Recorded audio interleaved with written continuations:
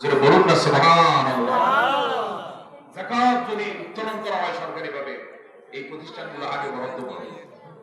কথা বলেন ঠিক না? আপনাদের কষ্ট করতে হবে না।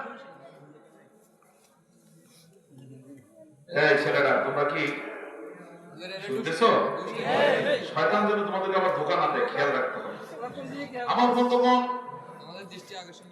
আমাদের দেশে যে পরিমাণ মানুষের যাকাত ফরজ হয়ে আছে, তারা যদি নিয়মিত যাকাত দেয় আর যদি সেটা নিয়মিত উত্তোলন করে সঠিকভাবে বিতরণ করা হয়, এক গবেষণায় পাওয়া গেছে 3 বছরের মধ্যে এই দেশ দরিদ্র মুক্ত করা সম্ভব। কয় বছরে? 3 বছরে। আর দেশের বয়স হয়ে গেছে 55 বছর। ভিক্ষুক আছে না? আছে। নোয়াখালীতে ভিক্ষুক নাই? আছে।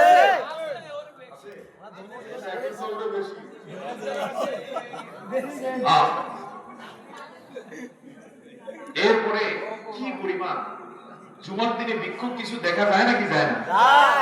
ঢাকা শহরের অবস্থা বড় ভয়াবহ। আপনাদেরকে একটা গল্প বলি। রমজানের আগে রমজানে আমি উত্তরা 4 নম্বর সেক্টরে আপনাদের নোয়াখালীর এক বন্ধুকে সহকারে তারাবি নামাজ পড়তে গেলাম। নামাজ পড়ে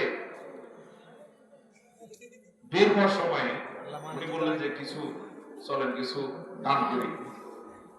আমার কিছু অভিজ্ঞতা আছে, বললাম এখানে দান করা সহজ না, কারণ ভিক্ষুকের সংখ্যা 150-200 ছাড়িয়ে যায়। একজন বলতেছে সুবহানাল্লাহ।